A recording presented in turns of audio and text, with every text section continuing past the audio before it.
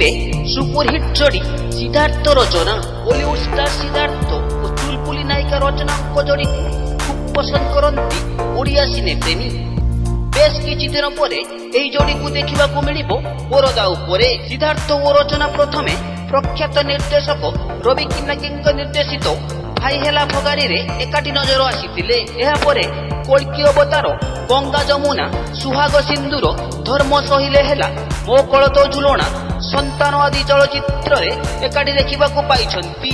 ଏବେ ଶୁଣିବାକୁ ମିଳୁଛି ନିର୍ଦ୍ଦେଶକ ମାଧବ ପରିଡ଼ାଙ୍କ ନିର୍ଦ୍ଦେଶନାରେ ପ୍ରସ୍ତୁତ ହେବାକୁ ଯାଉଥିବା ଚଳଚ୍ଚିତ୍ର ରକ୍ତ ଚିହ୍ନେ ରକ୍ତକୁ ଜରିଆରେ ବଲିଉଡକୁ କମ୍ବ୍ୟାକ୍ କରୁଛନ୍ତି ରଚନା ବାନାର୍ଜୀ। ଇତିମଧ୍ୟରେ ରକ୍ତ ଚିହ୍ନେ ରକ୍ତକୁର ଗୀତ ରେକର୍ଡିଂ ଶେଷ ହୋଇଛି।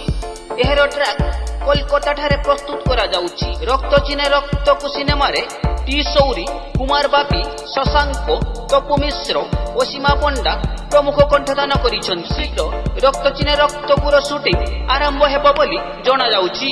ଅତୀତରେ କୌଣସି ବି ସିନେମାରେ ସିଦ୍ଧାର୍ଥ ଓ ରଚନାଙ୍କୁ ଏକାଠି ଦେଖିବାକୁ ମିଳିନାହିଁ। ଏବେ ଦେଖିବା କଥା ନିର୍ଦ୍ଦେଶକ ମାଧବ ପରିଡ଼ାଙ୍କର ଏହି ପ୍ରୟାସକୁ ଦର୍ଶକମାନେ କେତେ ପସନ୍ଦ କରୁଛନ୍ତି। ଏମିତି କିଛି ହଲିଉଡ ଜଗତର ସିକ୍ରେଟ ଖବର ଜାଣିବା ପାଇଁ ସବସ୍କ୍ରାଇବ କରନ୍ତୁ ନ୍ୟୁ ଓଡ଼ିଶା ଦର୍ଶନ ଚ୍ୟାନେଲକୁ।